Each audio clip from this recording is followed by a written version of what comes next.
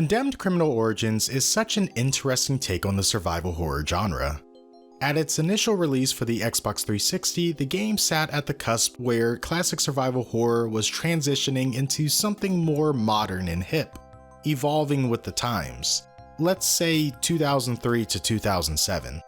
At the time, we didn't know exactly where the genre was going to go, but developers knew something would have to change in order to keep the attention of the fans. There were two major styles at this time fighting to come out on top. The first, headed by our Lord and Savior Resident Evil 4, showcasing an over-the-shoulder shooter style that still retained many qualities of classic survival horror games. And the second, led by Condemned Criminal Origins, going full first-person shooter, ditching quite a few genre staples in hopes of gaining interest from a wider audience. Obviously now we know which one proved more popular with gamers. RE4 had and continues to have quite a bit of influence on the gaming industry as a whole.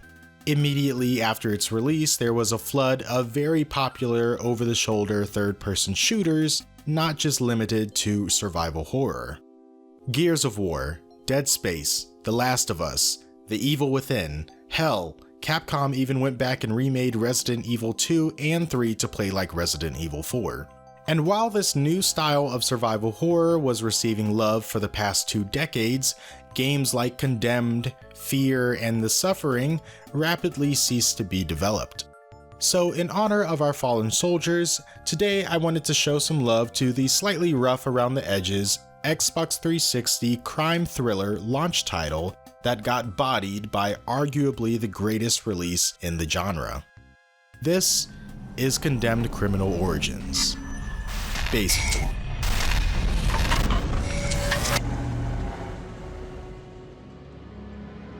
The game begins with our playable character Ethan Thomas arriving at what seems to be a crime scene. A police officer scares the shit out of us and has the audacity to rush me like I didn't just stop my car 2 seconds ago. A handy-dandy objective tells us that this guy is Detective Dickinson, and we are to follow him past the yellow tape and into the super scary derelict building. What are we doing here? As we walk, Dickinson gives us a bit of context as to what happened. Something about a corpse and a mannequin being found, which points to the matchmaker, one of the many serial killers running rampant in the city. He also mentions that murderers are always picking abandoned buildings surrounded by tweakers and gangs to do their deed. And the only thing that's going through my head is how the hell are they finding the victims? If no one frequents these buildings except for crime doers and Towley, obviously no one is tipping the police off. So are there officers that randomly search these dingy ass buildings? That sounds like an easy way to end up on a milk carton. After a bit of walking, we finally arrive at the scene of the crime. Officer Becker was the one who somehow found the body and has been standing guard until we arrived. He lets us big shot detectives in so that we can investigate the crime scene. In the room, there are eyes drawn all over the walls and child mannequins without faces all around, and in the center, a small table with a mannequin dressed up in a suit and his date lying dead on the ground. The game tells me to whip out my detection tool with the ready tool key, like I'm supposed to know what that is. After checking the key bindings and the options, I was ready to do the job. With our handheld UV light, we snap a pic of a handprint around the victim's neck that's missing a finger. We send this to Lieutenant Rosa to analyze. She's basically our own Hunnigan. After a really strange vision of the matchmaker, we decide to use a different Mouska tool to see if we can get any clues from the victim's very handsome date. On the face of the mannequin, we find another mark, but this one is not from a hand like the last. Rosa confirms this is proof that we are indeed dealing with the matchmaker. It must be a signature of sorts. All of a sudden, Dickinson gets on Becker for smoking, but it turns out Becker doesn't even partake in ciggies. There's someone else in this building with us. Perhaps it's the matchmaker. We follow the scent trail, hoping it leads us right to the killer or at least someone who knows something about the murder. While looking out the window, Dickinson spots the suspect climbing up the ladder to the next floor. We call for backup and immediately the lights go out. Instead of waiting for backup, Dickinson and Becker decide to go after the suspect and send me in alone to turn the power back on. So now we're finally in the goddamn game. Becker calls to warn us that the suspect isn't the only person here with us. Apparently there are addicts turned up on some new drug that makes them violent, and within a minute I gun one down with no remorse. I'm not taking any prisoners. I love how everyone on the force is okay with me murdering people because they're high and or homeless.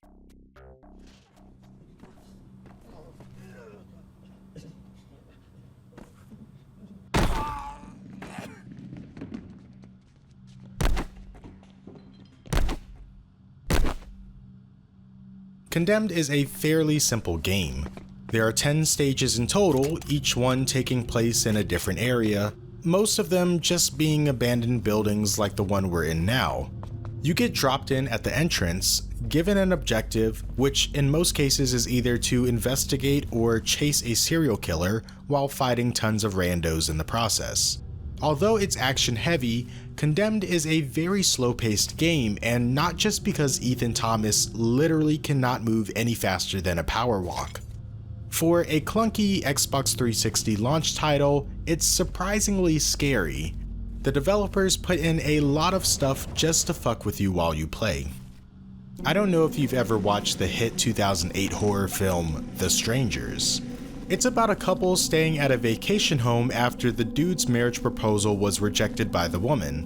While they're trying to work through this, a group of 3 masked individuals show up in the middle of the night and try to murder them, doing all sorts of crazy things to torment them before they get to the grand finale. It's a really neat horror flick if you haven't watched it. But the reason I bring this film up is that it kind of has the same type of scares that are found in Condemned. There aren't a whole lot of jump scares, and they both do that thing where something is slowly walking across the screen in the background unbeknownst to the protagonist. We know something is back there, somewhere. We don't know what it's doing, if it's waiting there, or maybe it's already somewhere else just stalking us. It's pretty effective at keeping me on edge, both while watching the film and while playing the game. There's danger everywhere, and yet I have no choice but to push forward and face it. Stuff like that happens almost constantly while you're not fighting addicts, along with the doors closing as you walk up to them, the sounds of some footsteps and other ruckus mixed into the sick ambient BGM. It's quite unnerving. After we're finished getting our bearings, we finally come across the cigarette that started this whole chase, lying right in front of a fuse box, light switch thing. I hit it and I get shocked or something. I don't really know what happened, but what I do know is that the suspect now has my gun. I'm probably gonna get fired for this. Die.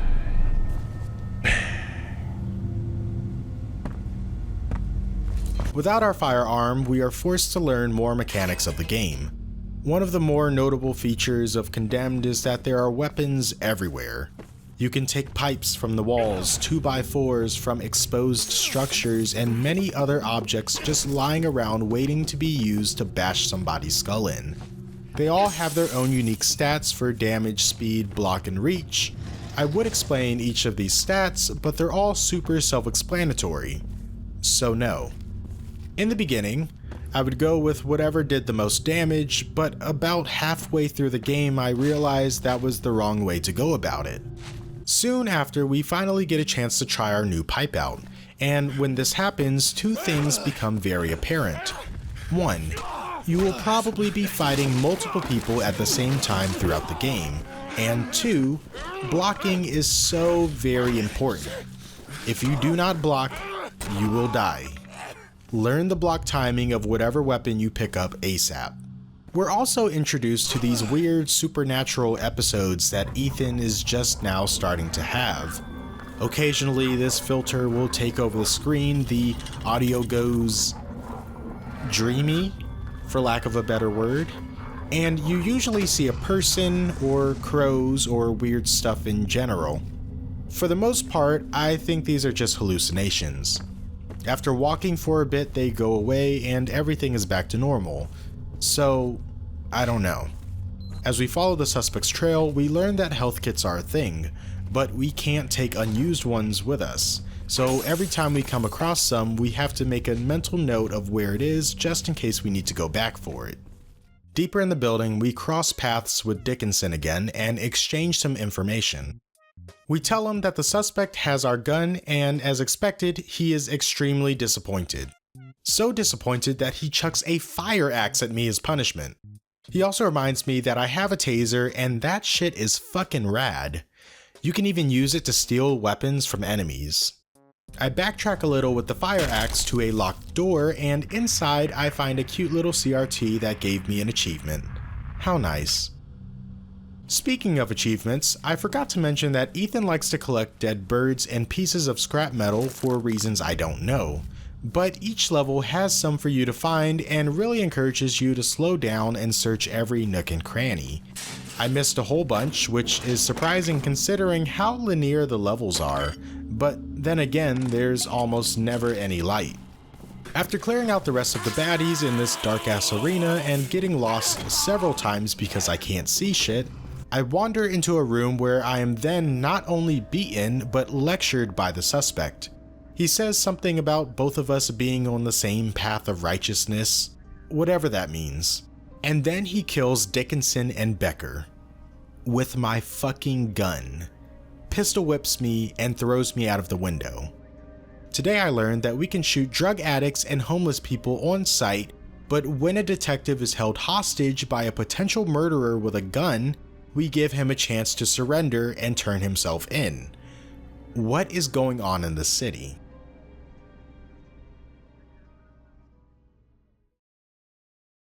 After all this goes down, we wake up in our sick bachelor pad.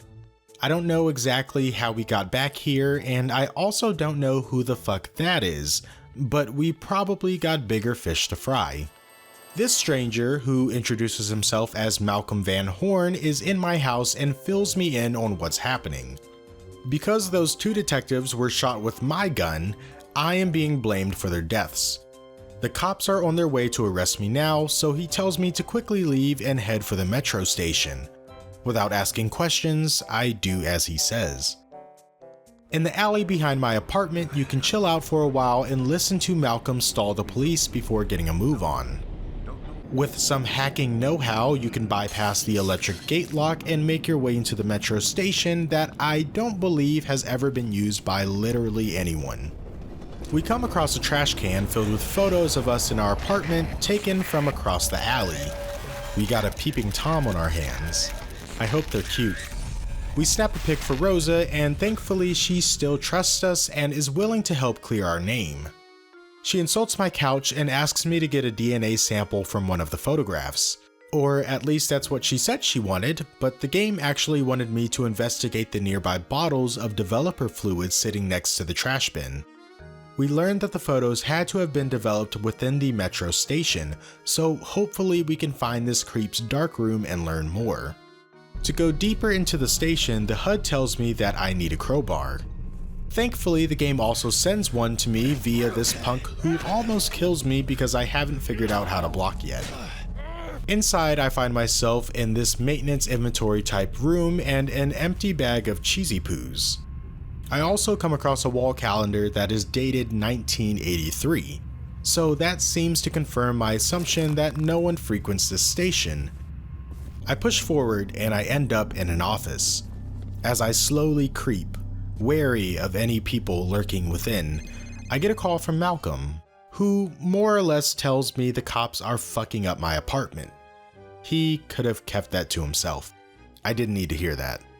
He also tells me that I have some sort of special gift, but refuses to elaborate on it, so... okay. What the fuck is that guy doing? You know, watching back over this footage, I have no idea why I let that guy run away instead of just shooting him. And then he gets me again from the same hiding spot.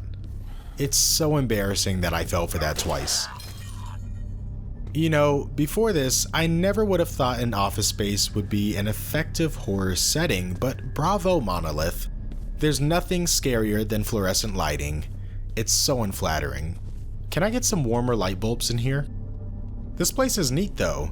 There's a ton of corners and dark places for people to hide. Often you'll see the influence running around from the windows in these doors. Yes, apparently the very violent people who serve as the game's enemies are called the Influenced. They're not named that here, but I think in the second game they're given it. So I will stop calling them addicts and homeless people from now on, as it is accurate, albeit a tad insensitive. This chapter has quite a bit of backtracking in it, having you search for a crowbar or a sledgehammer to get through a locked door you walked past earlier, usually having enemies jump out at you in previously safe locations, like in the rec room that becomes slightly more scary the second time around when it's dark and probably filled with people who want to murder you.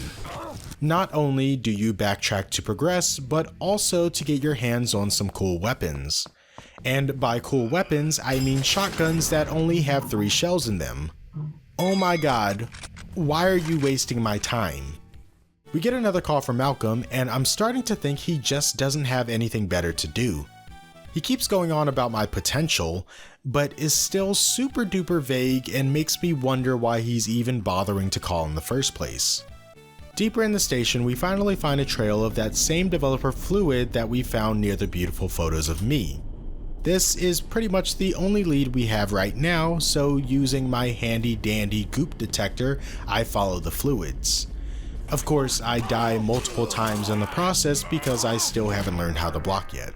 Also, guns suck way more in this game than you would think.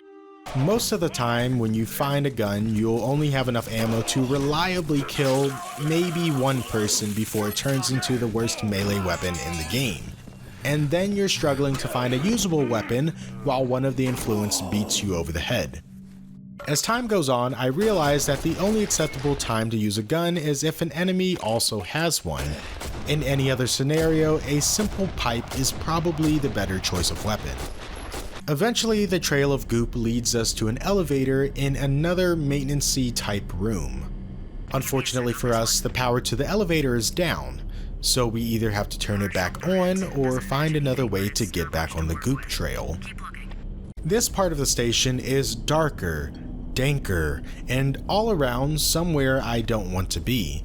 There's even these maintenance tunnels that I refuse to go in. I don't care if I have to go down there to continue the game, I'm not doing it. Okay, I went down there. I did get jumped after coming back up on the other end, but I don't think I can blame that on the tunnel, can I? Oh my god. I knocked the Oakleys off that dude's face. So I found the switch to restore the power, but when I flipped it, I see this. That's new. I think it's best if I just ignore that and continue onward. With a peaceful elevator ride up, we find ourselves on the 3rd floor. How big is this metro station? And why do these guys keep fucking with me? I didn't do anything to them. After bonking a few dudes and a shootout, I find the trail of developer fluid again and start following it. I also get the shit scared out of me in the process. Condemned had to make sure I understand that I am never safe. The trail leads to a secret room accessible by pushing a large cabinet, which I believe may be my stalker's hideout. Sure enough, in one of the rooms we find all sorts of equipment and a window overlooking my apartment. We send a handprint that we found to Rosa, only to find out that the feds have nothing on this guy. We still don't know who he is, so we continue this hideout for more information. On the other side, we find the mystery man's darkroom, where we find more photographs of us and a wall covered in newspaper clippings. All stories about serial killers, some with X's on them. I send them off to Rosa to analyze, and immediately after I finish, I hear the sound of broken glass coming from another room. When I go to investigate, I start having a hallucination, but unlike the ones I've had prior, this one can actually hurt me. So I'm quite literally fighting my demons. And once I beat him, I vomit and spot the guy who framed me. I have another chance to catch this bastard and clear my name. I cannot mess this up. Ew, why does he run like that? Also, I don't think you understand how hard raining crows go. Best hallucination yet. As we follow behind the suspect, we find ourselves in the subway. Down the escalator, we catch a glimpse of our target, but rather than blindly running after him, I patiently watch as he closes the shutter behind him. I then search for a heftier weapon like this conveniently placed fire axe, and then get knocked out by someone else's fire axe. Cool. So now I get to shuffle down this long ass escalator again, grab the axe, and show him who's boss. But then I got shot by some other guy and had to do it a third time? I love this game. Once I decided that dying is for chumps, I made my way back on the trail, and damn! What did he do? I'm a bit confused about the influenced. Like, are they an organized group working towards a particular goal, or is it like a cult based on chaos and violence? Because this isn't the first time I've seen these dudes kill one another. It's not a rare occurrence at all. I'm gonna pretend I didn't see that. So in this level, there are quite a few large arenas that are very dark or oddly lit in a way that makes it pretty difficult to pinpoint exactly where enemies are. Of course, this is on purpose, but in addition to that fact, there are certain points where enemies will kind of sneak into the arena, usually with a shotgun or some sort of firearm, which makes it quite frustrating to get through, especially when you only find out they're there after you've been shot. Hey look, it's another one of those crawly boys. I get that having to slowly creep and look over your shoulder constantly is hashtag horror game basics, but I feel like with how action heavy Condemned is, it can feel a bit unfair at times. This level in particular got a lot more annoying sighs than genuine scares from me, but the other levels all have the same issue to a lesser extent. Okay, I will admit I did not expect some guy to throw me down the stairs. Also, what is going on? I'm so confused. Oh, and it was at this point that I realized that sometimes when you get an influence close to death, you can do a finisher like it's Mortal Kombat. Unfortunately, they are all super boring and are probably not worth the time it takes for the animation to play out. However, I will give Monolith points for trying. After what seems like ages, we reach a train platform and catch up with the suspect. We climb aboard the train and the darndest thing happens. It starts moving before we can get into one of the cars. Never have I ever been so confused in a video game. I didn't know if I was supposed to do something or if I was supposed to be looking in a certain direction. Eventually an enemy comes and tussles with you for a bit and then you almost die by falling off the train. So, okay. All we can do now is walk the tracks towards where the train was initially going in hopes that we can somehow catch up. I'm getting Resident Evil 6 flashbacks. I don't know if that's a good thing or not. So we finally meet one of those crawly dudes face to face and they are incredibly weak. Sure, they move pretty fast and are generally creepy, but in most cases, it only takes 1 or 2 hits to knock them out. So the one thing I was afraid of turned out to be a non-issue. They're so fucking goofy. Anyways, we continue to make our way through these subway tunnels. You get the usual find a shovel, axe, or sledgehammer to progress objective while all these crawlers run about. Not really posing a threat, but taking extra care to be as annoying as possible.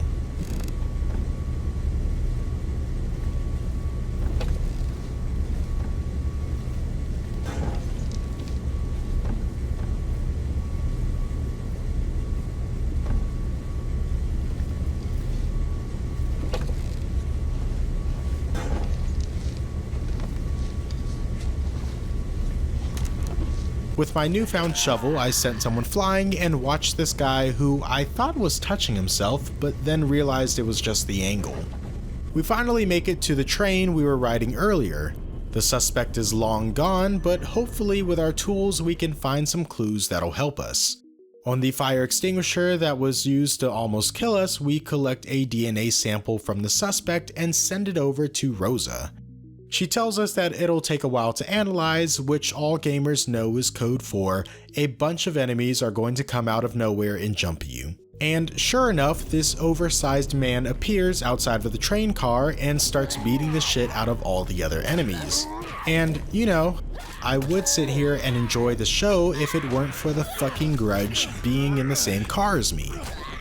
I showed her.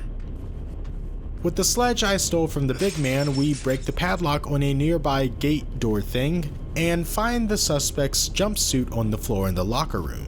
So now we're searching for a violent, butt-naked serial killer. Have you ever seen 10 to Midnight? The 1983 film starring the Charles Bronson playing a do-whatever-it-takes cop hunting down a very handsome serial killer who goes nude and kills whenever he gets rightfully rejected by women for his creepy-ass behavior.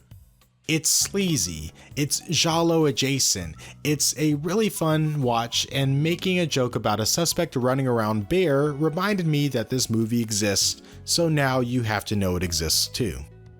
On the other side of the room, we find a railway map on a wall fan, so we kick that hoe in. I don't know how deep these tunnels go, but I'm not really feeling it. Some a-hole busted a pipe along the path I wanted to go, so we have to find another way to shut it off. While looking for a valve, Rosa hits my line about the map we saw earlier.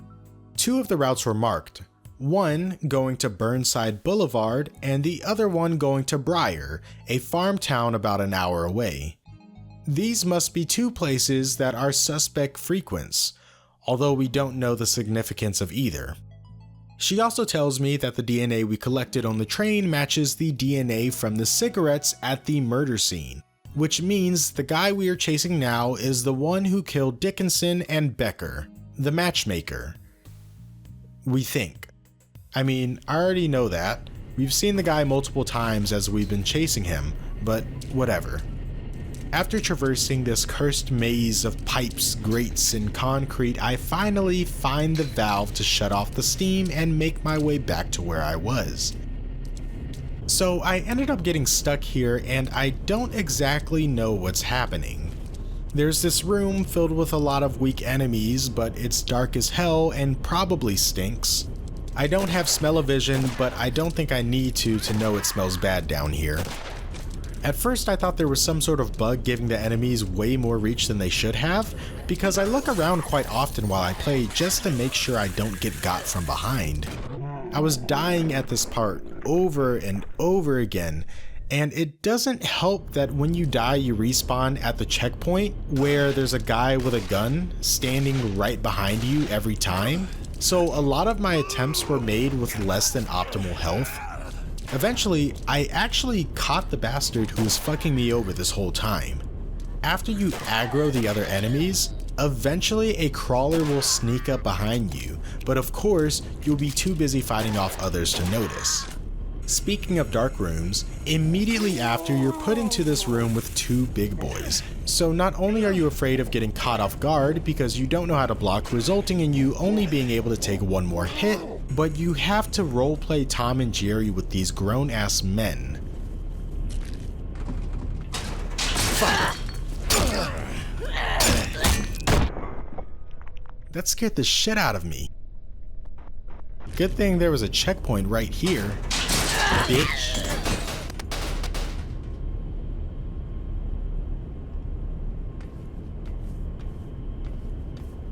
After that, my heart rate went back to normal and we were tasked to shut off not one but two valves to progress. There's a cute little ambush that takes place while you try to do what you need to do, but it's still the weak ass enemies you've been fighting for a while now, so it's no biggie. Then you get into a shootout where you realize that Condemn's AI isn't exactly the brightest bulb in the box.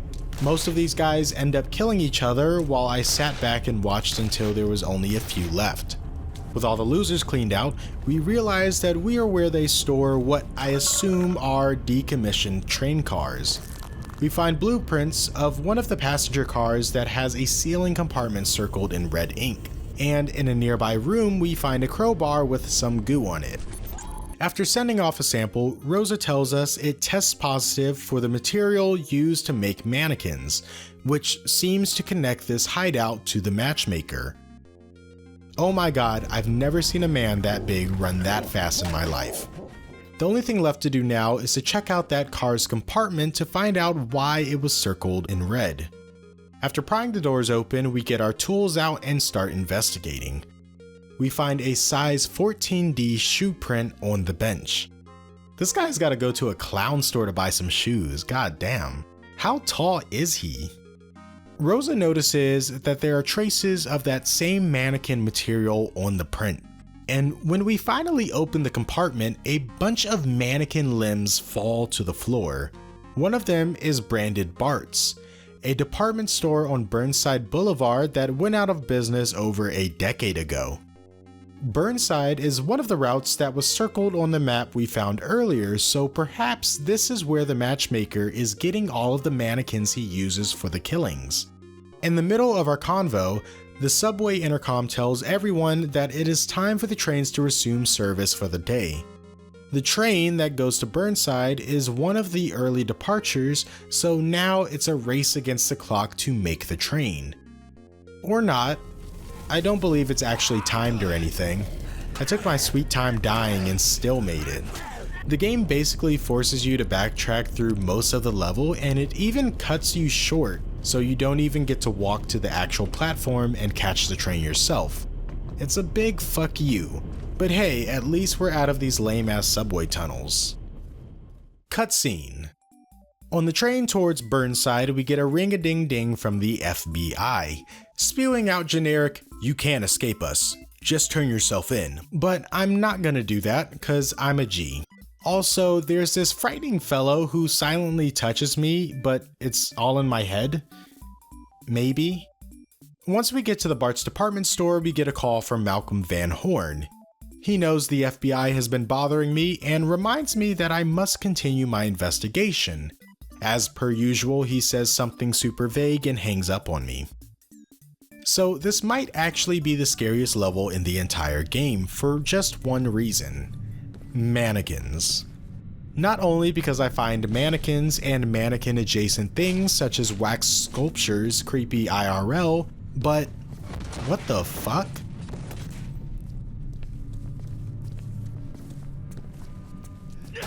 But some of them end up being the influenced in disguise, just waiting for you to pass by so that they can catch you off guard. And even when they aren't posing on display, they walk around all super stiff. Their AI is also strange as hell compared to any of the other enemies you come across, and if that wasn't bad enough, if you knock off their masks, they look like Fallout ghouls. I hate it so much. Everything about these guys makes me want to throw up shit and piss. They're all the way at the bottom of the uncanny valley. No fucking thanks. After fighting for my life in a goddamn Sears, we come across a handprint in red paint. When we scan and send it to Rosa, she tells us that this hand matches the same one we found at the crime scene, and it's missing an index finger. But none of the prints match the guy we followed in the subway, meaning that the guy we've been following isn't the matchmaker and is some unknown third party. On the wall, we find the remnants of a blood splatter. It seems like someone took a blow to the head. Hello. So it looks like there may be another victim somewhere in this building. Who would murder someone in cold blood in a dump like this? Some sicko, I bet. In a nearby dressing room, we find a trail, and if I've learned anything about trails while playing this game, it's that you should probably follow them. Of course, while you do, you must stay vigilant, as any one of these mannequins could be the death of you. I walk, and I walk, and I walk until I am led to an elevator shaft. A vision tells me that the body was thrown down, so now I must find a way to the ground floor to continue. You're not slick. Bonk. Honestly, I think I'm getting better at this combat thing. I'm getting the timing right for the blocks, baiting enemies that have guns so that they use all of their ammo, not rushing in and letting them come to me one by one. You know, pro gamer strats. For $20 a session, you too could learn these epic techniques. On the ground floor, we find the trail again, but this time it leads through a shutter, so we have to take another detour to get to where we need to be. On the other side, I found some stairs and I got a checkpoint, so I assume this is where I need to go. And just when I feel like I was getting over my mannequin fear, I see a group of them worshipping a hole. And then they fucking move. Oh my god, why are they everywhere? The only way to get away is by entering not one, but 2 holes, which does end up putting me back on the trail I was following earlier, so maybe the mannequins aren't so bad after all. Maybe I've just been a little harsh and closed-minded. If I see another one in the future, I will tell them thank you for showing me the way of the hole. Unfortunately, the trail ends like 2 seconds later when we find footprints. Rosa tells us that it's a match for the big-ass footprint we found in the station car. She recommends that we use our gas spectrometer in order to find where the body was taken. It's used to find farts and shit. We should be able to use it to play hot and cold with a corpse that may or may not be down here, assuming the influence would leave me alone for 2 seconds. After 10 minutes of running around in circles, I find an axe that I use to chop down a door that leads back up to a department store dressing room, with blood coming out of one of the stalls. And there he is, a dead guy posted up with a baddie. It's similar to how the matchmaker poses his victims, but this time the victim is a man instead of a woman. I get close for a face pic to send to Rosa, and she tells us that the mark that usually goes on the male mannequin's face is found on this dude's. And surprise surprise, this guy is missing his right index finger. At this point, we can safely say that he is the matchmaker. Rosa also tells me that she detects traces of a pesticide, and she leaves to find out what that's all about. What the fuck is going on out there?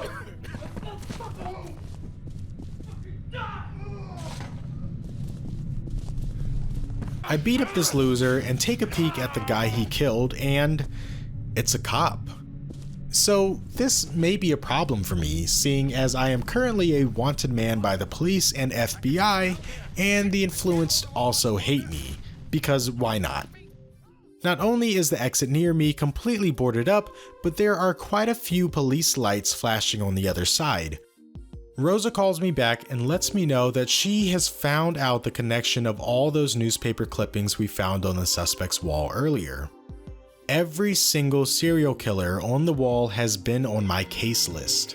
Out of the 9 names on the wall, 7 of them were crossed out. The remaining 2 are the matchmaker and another serial killer nicknamed the Torturer. Not only that, but the 7 that have been crossed out have become cold cases. With this, we have reason to believe that the guy who killed those 2 cops with my gun at the beginning of the game is hunting down and killing all of the serial killers that I have personally investigated. Before we can finish discussing our new findings, I hear the cops starting to bust into the store, so that's my signal to get the fuck. Once we're out of the department store, Rosa calls us again so that we can continue our conversation. Rosa doesn't believe our suspect is the torturer. She believes it's someone else that kills killers in the same manner that they killed their victims.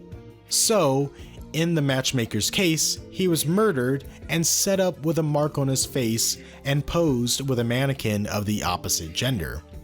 This serial killer is dubbed Serial Killer X. And if this is the case, then there's a good chance that SKX is after the torturer next. Now, what I don't get is that we ask Rosa what the torturer's MO is, even though the guy is literally in our case file, so we should already know how he handles business. But I understand the player doesn't know, so that's why he does that. Basically, the torturer kidnaps people, sets them loose, and hunts them down until they ultimately commit suicide because they can't take it anymore. Chances are this may be our only chance to catch not just Serial Killer X, but also the torturer. We can't access any of the FBI files on the torturer because we're kind of not an agent anymore, So we make plans to meet up with Rosa at the city's library to do some research on public records. The library somehow caught fire, so it shut down for repairs, so nobody should be there. I'm still convinced that nobody actually lives in this city, because how is literally every building either abandoned, condemned, or on the verge of falling apart? So now we have to make our way to the public library to meet up with Twin, all while avoiding being caught by 12. Also, this locker door has got to be the worst weapon in the entire game. Why would I want to use something that obscures 80% of my vision? I'm never making the mistake of picking that up again. Contrasting from the usual dank, dusty interiors that we would normally be shuffling through, this time we're actually getting some fresh air. The alleys are still dark as fuck and bummy, but it's a nice change of scenery. I could do without the constant sound of a hovering helicopter though. There's this really cool dumpster ride you get to do, which is cut all too short, but it was fun while it lasted.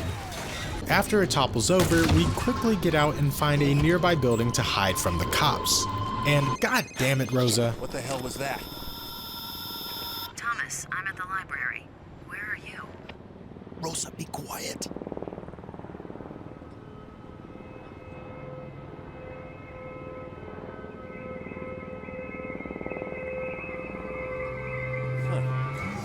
Hey, Smithy, Johnson, wait up.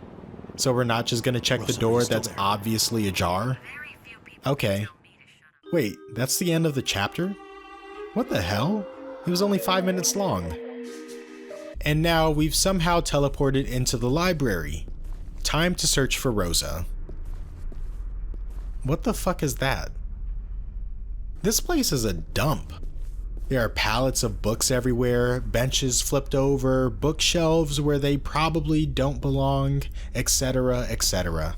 The stairs leading up are locked, so we have no choice but to search for Rosa on the first floor west wing. Oh, never mind, there's an elevator here. This would be the perfect opportunity for something to sneak up on me.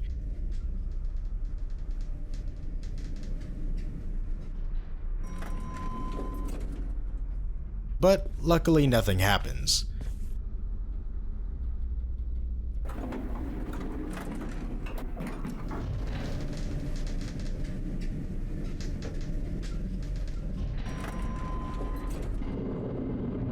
Oh, hello.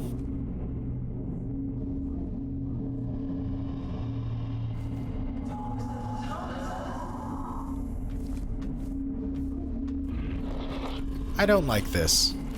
These hallucinations of mine are getting worse and worse, and I'm afraid to find out what that might mean. So, basement looks even worse than the first floor and is slightly more creepy. Luckily, we don't have to roam too long since Rosa was nearby waiting for us. I see where they were going with her hair, a cute little pixie cut, but oh my god, it looks so bad.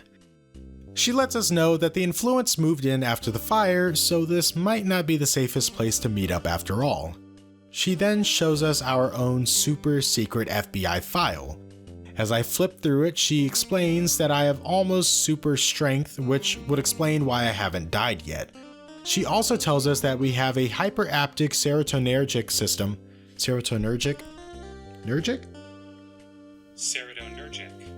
She also tells us that we have a hyperactive serotonergic system, the parts of the brain that are responsible for mood, sleep, appetite, and cognitive function. She doesn't know what that actually means, and neither do I, so let's move along. We also find out that we have a redacted chest x-ray, with the information on it under top-level security that even Rosa can't access. I now have a lot of questions, but not a whole lot of answers. But at least she got us this cool upgraded taser. When I start to follow Rosa, I get a vision where I see her lying on the ground below that strange guy with metal in his mouth. Perhaps I'm a clairvoyant, and Rosa may die at the hands of this dastardly man soon. Or not, who knows. Because squatters have pretty much ransacked the whole library, we may have a tough time finding a working computer for Rosa to do her nerd thing on. We decide to split up and search for one. I get to search the office without any lights, and of course my hallucinations start up as soon as I walk in. The game pumps up the unsettling dark ambient OST, and I catch a glimpse of the man himself right before he disappears. I can tell he enjoys fucking with me. Apparently, he even locked the door when I came in, so Rosa had to break one of the windows to get me out. She even claims that she has found a working computer without coming across an interdimensional demon. Good for her. I don't know how the hell she can find anything in here without a flashlight though. At the computer, we search the torturer's name for any local news articles, and no internet. Damn it. Time to take a field trip to the server room. Where'd she go? Same. I don't know where she went or how she went, and I don't have a good feeling about any of this. I even get another vision of her getting got. After which, I get a call from her, but it ends up being someone else berating me for reasons I don't know. So now I gotta go save Rosa from whoever that was. I haven't seen any squatters or addicts yet, but I know they're in here somewhere, so I'm slowly maneuvering in order to not walk right into an ambush unknowingly. Oh, I found Rosa. Things are looking up for me. My HUD tells me that there's something to investigate, so I whip out my UV light, and it looks like someone had a little fun here. Of course, when we send the sample to Rosa, we get her voicemail, and then you realize her phone is on the other side of the door. Don't even know why we bothered with that. Oh, there they are. I was looking all over for you guys. Now we're in the same room we saw Rosa getting dragged in.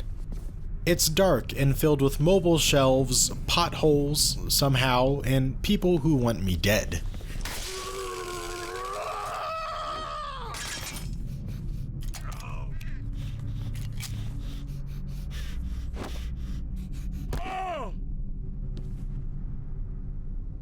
Now, I'm gonna be completely honest and tell you that I've been wandering around this room for about 20 minutes, checking every door, every aisle and corner available.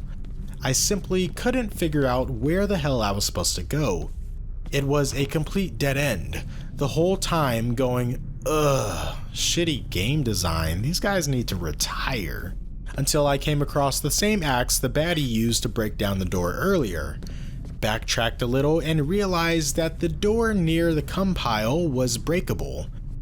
Moral of the story, when you play video games, actually pay attention and maybe you won't get stuck.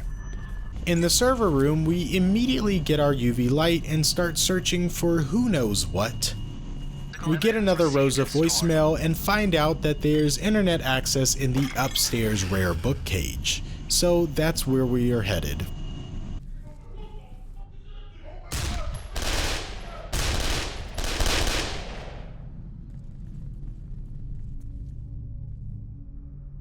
I wonder what that was all about. With the crowbar I found in the server room, I should be able to open the locked gates I found earlier that lead to the second floor. But first I have to clear out the lobby.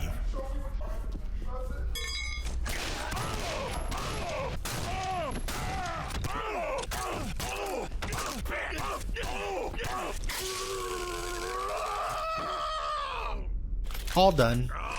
On my way up the stairs, some jerk chucks a table down, thinking that would stop me. You will pay for your insolence, and your friend will too.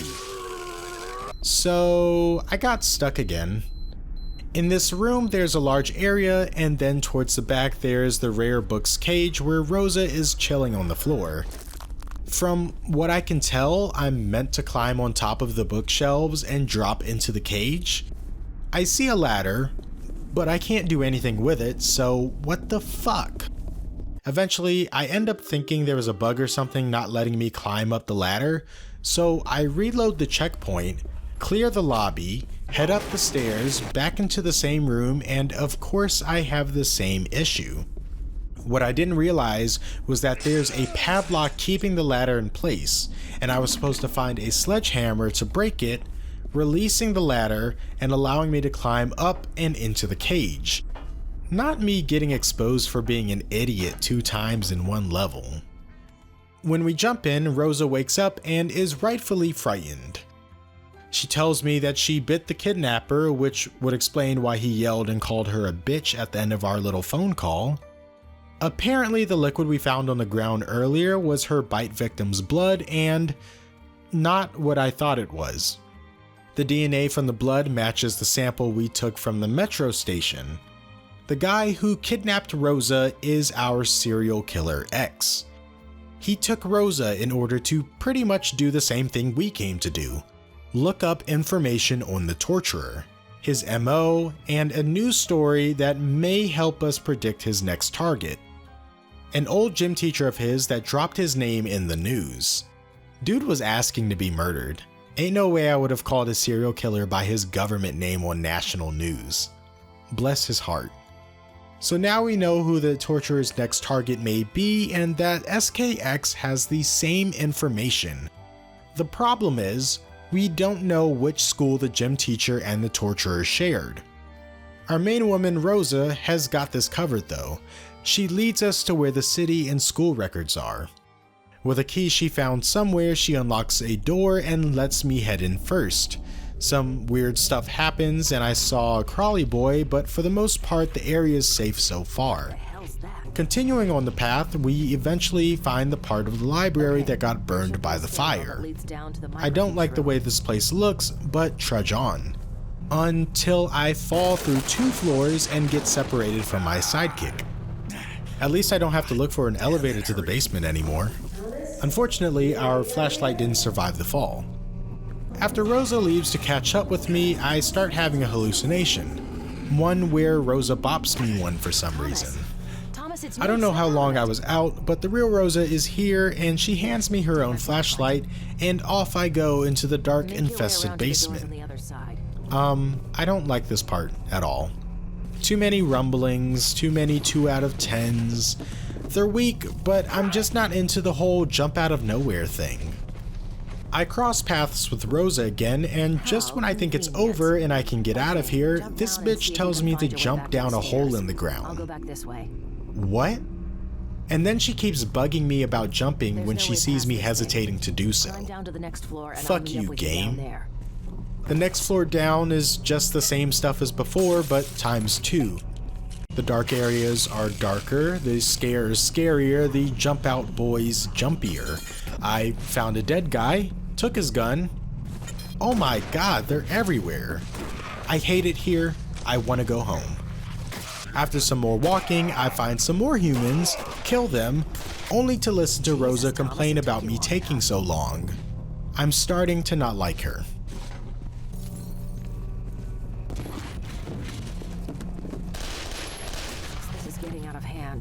We need to get this microfiche information and We're just gonna ignore that? Okay, down the stairs we go.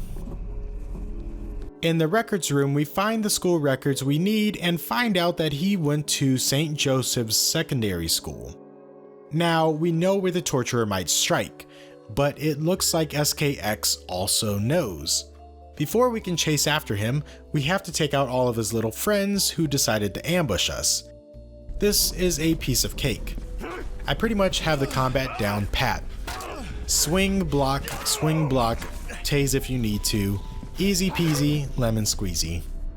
Serial Killer X may know where the torturer will be, but we know too, so this is our only chance to catch both at the same time. We can't fuck it up. At the school, while we're in the middle of breaking in a window, Malcolm Van Horn sneaks up behind us. I still don't trust this guy. He knows way too much and doesn't give out any information, and it doesn't seem like Ethan trusts him either. The school kind of looks like the high school I went to. Alrighty then. As we get further into the game, these hallucinations start to become more real, or maybe they're starting to force themselves into reality. I don't really know what's going on, but I think it's a cool way to mess with the player. In a chemistry classroom, we catch a glimpse of what looks like a lunch lady. I guess she didn't get the memo that the school shut down over a decade ago and has been wondering where everybody went. She runs away, but I have a feeling we'll probably be seeing her again soon.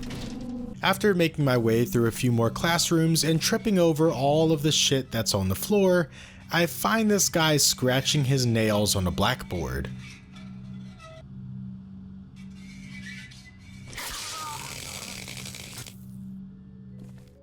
And then I found some blood, so I scanned it and sent the sample over to Rosa. Are those a pair of lips? Rosa confirms that they are indeed some poor guy's soup coolers. The blood matches the medical records of a Mr. Tibbetts, the gym teacher that we came to save. I have a feeling that we might be a little too late. Obviously, on our way out, we're supposed to fall through the floor, which we end up doing, and now I don't know where the fuck I am. We get into a few gunfights, cross through the gym, kick some guy in the face, and traverse down this spooky hallway, only to find ourselves in what looks like the cafeteria kitchen. I don't know why there's blood everywhere, it seems a little unsanitary. And wow, this freezer is huge. That looks fun. In the back of the freezer, we find the lunch lady from earlier, and she is pissed. Because I didn't know that she was back here, I brought the submachine gun, which left me with no way to defend myself after the clip ran dry. So we play tag for a little bit until she kills me. My second attempt went smoother since I picked up a pipe instead, which had more reach and did a bit more damage than the back of a gun. With her cleaver, I chopped the fire axe on the table free and backtracked to the breakable door I saw earlier, which allowed me to go into the lower level of the gym. On the wall, I see a breaker box giving off sparks, which we all know is video game for interact with me. I flip the switch and one of the basketball hoops comes down, revealing a severed arm. I snap a pic for Rosa and she confirms that this arm also belongs to Mr. Tibbetts. We're getting closer. I assume I have to go down there now. Crawl space. Dark, dingy, not cute. I want out. Somehow, when I come back up to the first floor, I'm in a whole different building, and then when I leave said building, I end up in a park. A very open one that would be the perfect place for an ambush. Right when I come across a dead guy, I get a call from Malcolm, but before I can finish speaking, my phone starts acting up and I get a vision of Metal Mouth doing me dirty. And at that moment, realizing that the dead guy I saw was in fact myself. That was weird. God damn it, I knew it. And just when I thought I was done with the last of them, more guys come out with guns from all different directions. I didn't know what to do, man. After they shot all of their rounds, I killed one of them and the other disappeared. With no direction, I break into yet another building and have a vision. Mr. Tibbetts running away from the torturer and climbing into a locker. We decide to follow all the bloodstains he left on his way to his final destination, which leads us to a locker room. The scariest part about this locker room is imagining the ringworms and athlete's foot you'd probably get from being in here. With it looking the way it does, the fungi is probably powerful enough to go right through your shoes and socks. Ethan is probably gonna end up like one of those mold monsters in Resident Evil 7. Wait, that must be why they named the protagonist Ethan. This is the worst locker room ever. Nobody's cruising in here. Eventually I find the locker from my vision of Mr. Tibbetts and get to investigating. And inside the locker, as expected, we find the man himself. Why does he have a cat's name? I don't know how bro is still alive, but he scared the shit out of me. He confirms that the torturer did this to him, and that his almost murderer was taken away by someone else. Oh, I'm sorry. Scratch the almost. Within the DNA we found on the locker, Rosa says she has detected more of the insecticide we found on the matchmaker's corpse earlier. She traces the formula to a brand called Apple Well, and like a good detective, tries to trace it back to the buyers in this area. While she does her thing, we decide to continue searching for the torturer and SKX. Once we leave the disgusting locker room, we find a pool with trash in it. As soon as I hop in, boom, hallucination, and not even a good one. You basically get ganked by a bunch of twinks who chain grab you until you die. I don't want to play this anymore. After multiple attempts and trying different strategies, I realized that there are a few submachine guns available for me to grab, which make this segment a whole lot easier. I still have to juke these guys to get to them, but for the most part, it's a hell of a lot better than what I was doing before. We climb out of the pool and continue our perilous quest to save a serial killer from another serial killer. We enter yet another creepy locker room and the door closes and locks behind us. Thank you. We inch our way through and eventually catch another glimpse of the man himself. Or more than a glimpse, I guess. Braceface throws us around like a rag doll and we pass out, waking up in what seems to be the same part of the building, but in reality it's a lobby. Rosa calls and tells us that all of our clues points towards Appleseed Orchard, a shut-down farm outside of Briar. Oh, and Malcolm's here. Malcolm gives us a ride to the orchard, and during the drive we try to get some answers out of him to no avail. He evades all the questions that he doesn't want to answer. Okay, so, I don't like this place. I know I've said it a lot so far, but I mean it the most here. Not because it's a bad level, but quite the opposite. Up until this point, the game has been quite linear with its level design. It's akin to a commercial haunted house where you go from start to finish and shit your pants somewhere in between. The Appleseed Orchard is a different kind of haunted house. In the beginning, once you enter the foyer, you are greeted with some creepy text on a wall that branches off into 4 different trails. You get to choose which path you follow and wherever they take you. The house is dark as hell, and it doesn't help that you can't use your flashlight and UV light at the same time, so while you're following each path, you can only see a couple feet ahead. All the while the skin-crawling ambient BGM plays in the background and all sorts of subtle scares go off left and right. The first trail I followed led me through the kitchen and down into the basement where I find my first enemy. Of course, my luck led me to everyone's least favorite part of a house. It's okay, for the most part. Ignoring all the creepy noises and dudes that creep up on you, I found a neat looking mirror that definitely looks like something I will have to interact with later. It looks very out of place. And at the end of the trail, I find "See Yourself Be" written in a sink. Bitch, come back here. See if you can find more. After scanning that for Rosa, I assume we're done here and go back upstairs because I don't want to be down here anymore. Back on the ground floor, I immediately find another trail that leads to the oven, so after I make sure I won't get jumped while snapping a pic, I send that over to Rosa. I make my way back to the source of the trails and follow one of the other 2. After a bit of confusion, I realize that both paths lead upstairs.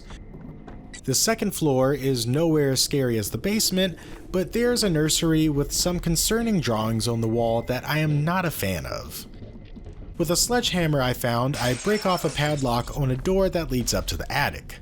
I do a quick sweep of the floor before I head up to be thorough, and not because I'm procrastinating.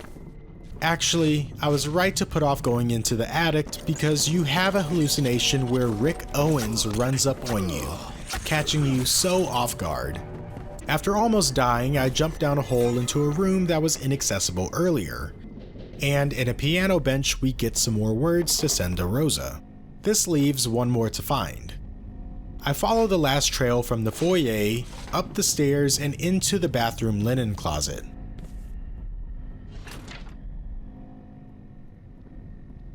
The dark path, huh? That's pretty hard. I come out of the closet and Rosa congratulates me before doing some research on the riddle. She tells me to walk around while she tries to figure this out.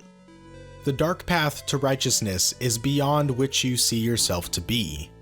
So they want me to do something with that mirror we found in the basement. Okay. I didn't want to come back here, but I have been forced. When we swing the mirror open like a door, a hidden room is revealed. There's a good amount of books, photo negatives, and more photos of me in my apartment. Pervert. We send a photo of a marked up news article about me. Rosa basically feeds me information we already know. Serial Killer X is very interested in me for reasons unknown. I think he just has a crush on me or something. It's a weird way to show it, but I'm flattered. Once we finish talking to Rosa, we hear a loud ass noise coming from above. And once we get up there to investigate, we find windows that were once closed opened. We also hear someone in pain begging for mercy, but we don't really find out who it is. How the fuck did they move that piano so far? The game tells us to look for an axe to get past the piano, but I've pretty much searched almost every inch of this house and have never come across one. Next thing you know, people start jumping through the windows, attacking me. My exit's closed off, leaving me to deal with whatever is going on. This part mostly consists of just running back and forth and killing waves of enemies until the last one shows up with the axe you need. It's a lot more drawn out than it needs to be, with long pauses between each wave that don't feel nearly as suspenseful as the developers intended it to be. I hate to say it, but it's kind of boring. With the axe now in our possession, we can move the piano to find out whoever's upstairs. In a room that was previously unlocked, we find someone who has impaled themselves on a fire poker. It looks like we couldn't save the torturer before SKX got to him.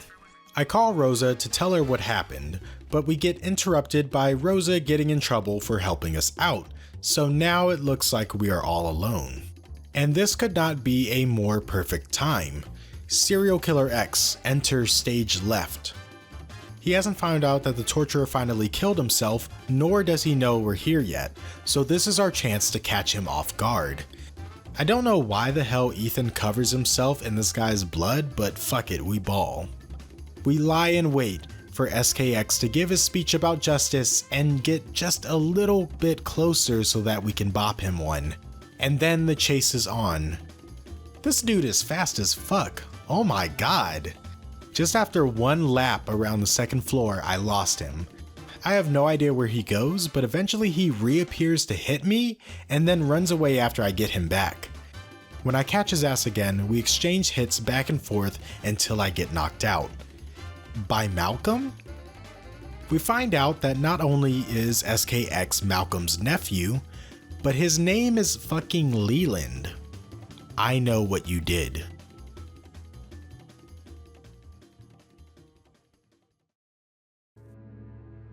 Welcome to consciousness, my friend. Though you won't enjoy it long. We were good in the beginning. But you turned out to be kind of a failure, didn't you? You still don't get it? I've been using you, Ethan Thomas. I watched you and followed you and used you to find the serial killers you so desperately sought and then killed them. Okay, I must admit, I was a bit dramatic. Killed them the same way they'd killed their own victims. A bit of fun, you know. I got good at it. Shame it ruined you at the Bureau. But some things are unavoidable. Of course, since you're no longer going to be any help, there's no reason to go on this way. How would you prefer to die? I didn't like the torturer's methods much. Too risky. Perhaps a slit across the throat, like the roadside carver. Ah, short and sweet. Or maybe the bone cutter. Neatly dissected the body, removed the internal organs, and labeled them for the police to find. Oh, yes, he was one of mine, too. We were so close what to the him, fuck is but that? I got there first. I don't know what's going on here, but I gotta get the fuck. Malcolm, being the vague piece of shit he is, tells me that I have to destroy it. Thank you. I know exactly what that means. Right after leaving the barn, we hear a voice that says, You belong to us, Ethan. You have always belonged to us.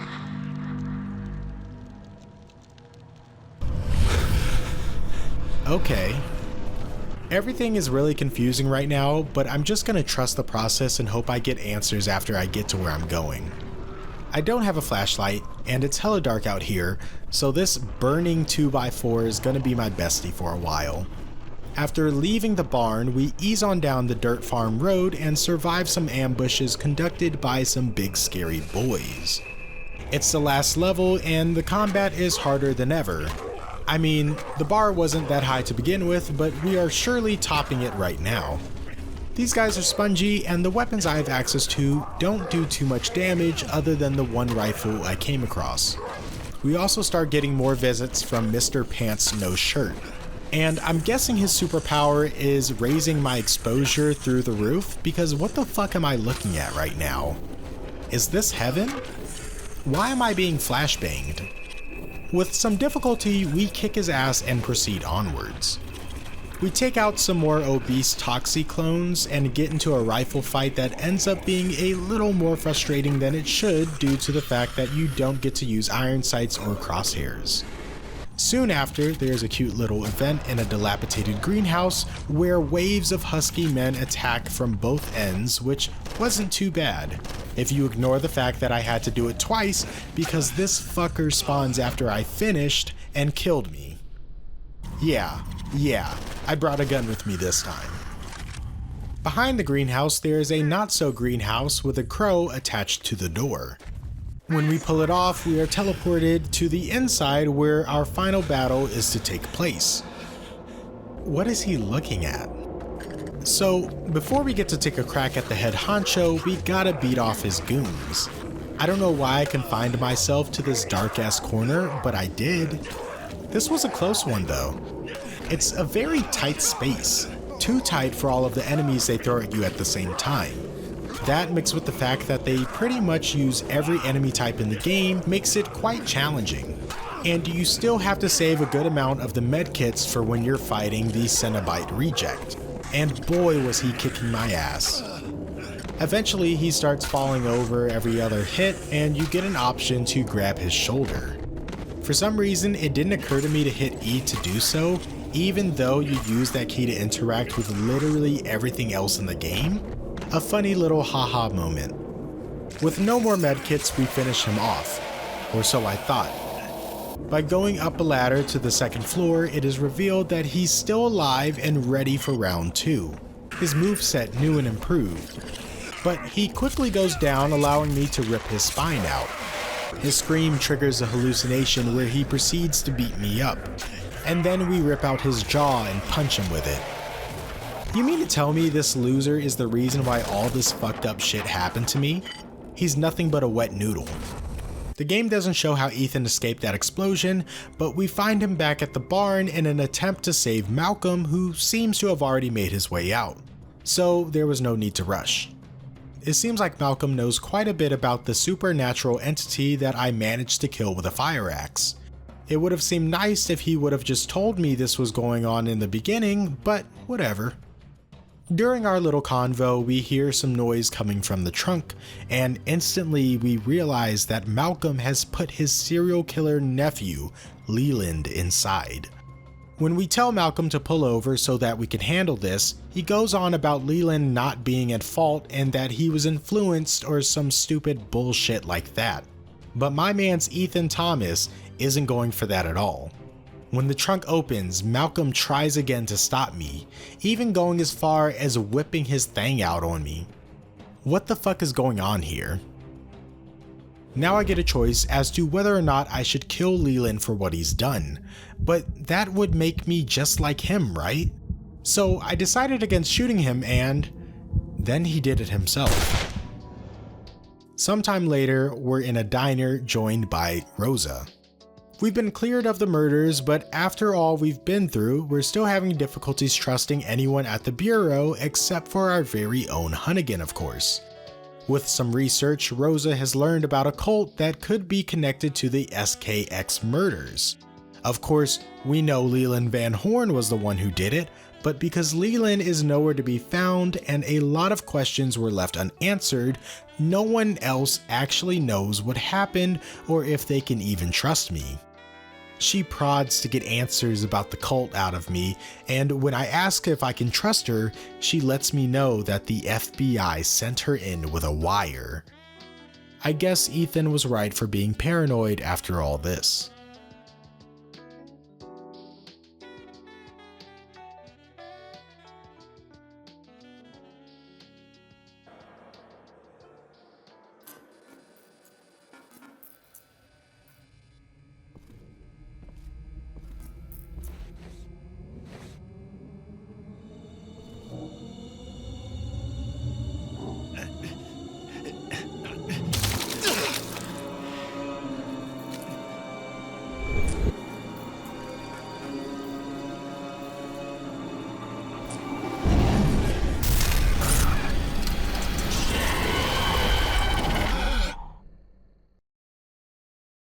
Yeah, so I'm surprised by how much I've enjoyed Condemned.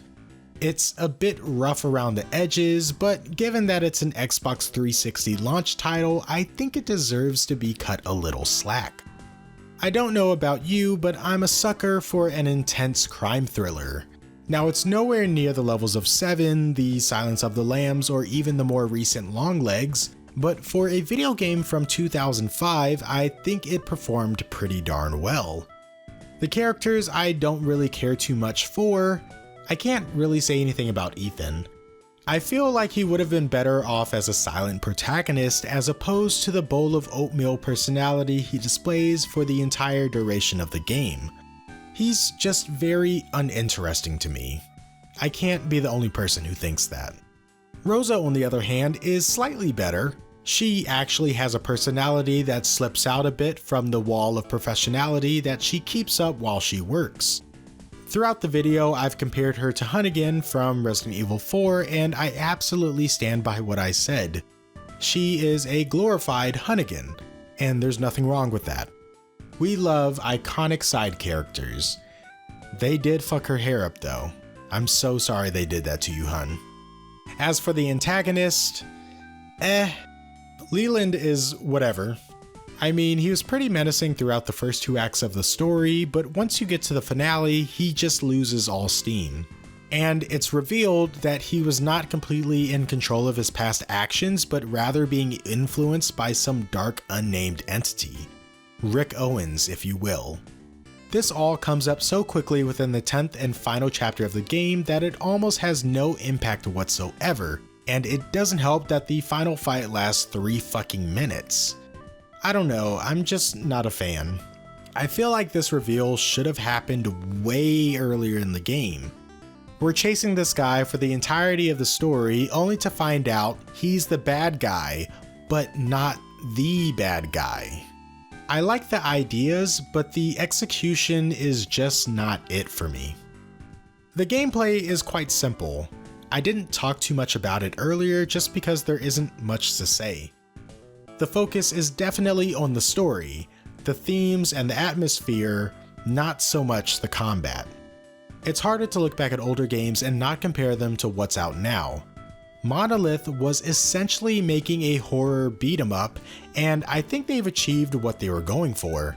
It didn't have to be flashy or have a dozen different mechanics to win over players. They provided a simple gameplay loop and offered up an interesting enough story as incentive to keep playing. I'm not mad about that. I will say that I was kind of let down by the investigation aspects.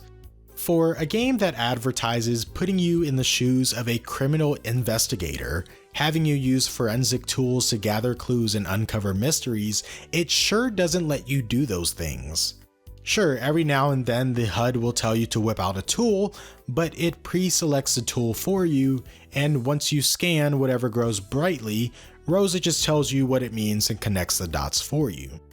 I don't know if it's asking too much to want to piece everything together myself, but why are you having me investigate shit if I'm not allowed to investigate shit?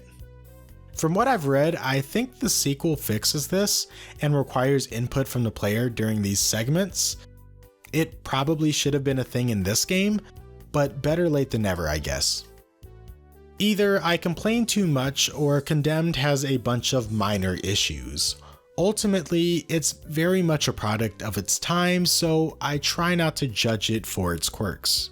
However, because Condemned came out the time that it did, I do find it quite interesting as a survival horror game. Around the time of the transition to the 7th console generation, survival horror was at a point where almost every game was some derivative of Resident Evil, and it was like that all the way back on the PS1. Resident Evil was synonymous with survival horror. If you wanted to put out a survival horror game and have it sell, it needed tankies, fixed camera angles, and backtracking. Of course, some developers wanted to branch away from that formula. Titles like Hell Knight, pre-Clock Tower 3 Clock Tower games, and Enemy Zero were all doing their own thing. But after 2 generations of the same old, you could imagine that the fans were yearning for something new. Condemned Criminal Origins, The Suffering, and Call of Cthulhu all tried to offer this first-person action-heavy twist on the genre. The well-crafted atmosphere and sound design contrast with the very violent nature of the gameplay in such a way that complements both aspects. I feel like I need a buzzword label for these games. How about neo-survival horror? Neo-survival horror games sought to steer the genre in a different direction, hopefully one that would resonate with a newer audience and older fans. And all it would take is one really good game for this style to take off, just as it did when Resident Evil 1 was released. Unfortunately, that didn't happen because Resident Evil 4 came out around this transitional period, and now every survival horror game has to be an over-the-shoulder shooter with some sort of crafting system. I guess Monolith tried again with Fear, with no luck past a couple sequels. It's a bit depressing. I mean, I love RE4, I hear good things about Dead Space, The Evil Within is cool, I had fun with The Last of Us, though I don't think we needed a remaster and a remake of it within a decade of its original release. That HBO adaptation was cool though. God, Pedro Pascal is hot. That was a good casting choice. Those neo-survival horror games had something really neat going on. You could argue that they didn't fully disappear. Releases like Outlast, Alien Isolation, Frictional Games' whole catalog are all kind of in an adjacent lane if you switch out the combat with running and hiding. But then we start approaching gray areas where I'm not sure I would call all of these types of games survival horror. They may be influenced by it, but they might miss a lot of key features of the genre. Nowadays, psychological horror, PT clones, asymmetrical horror, and mascot horror games are running the scene right now. They are what's hip. Survival horror, on the other hand, as much as I hate to admit it, is a dying genre. Capcom has been doing the same thing with Resident Evil as they have been for the last 20 years. I don't know what the fuck Konami's doing with Silent Hill. I don't like Bloober Team, and I certainly don't like the way the Silent Hill 2 remake looks, but I still have hope. Silent Hill F is the one I'm excited for, but we haven't heard a peep out of it in almost 2 years, so I don't know. All the other big franchises are dead. Indie developers are putting out most of the newer releases, mostly with games rehashing classic survival horror titles, though there are some that I think are quite unique. Fear and Hunger and its sequel have been on my to-playlist for a long time. One day. Abaddon, the Princess of the Decay is another dope survival horror RPG if you are at the age of 18 or higher, and although it's not something I would play, Darkwood also looks pretty cool. Maybe this is just what it means to be a fan of a dead video game genre. Drip-fed derivative niche releases for the rest of eternity, just like FMV, rail shooters, and point-and-click fans.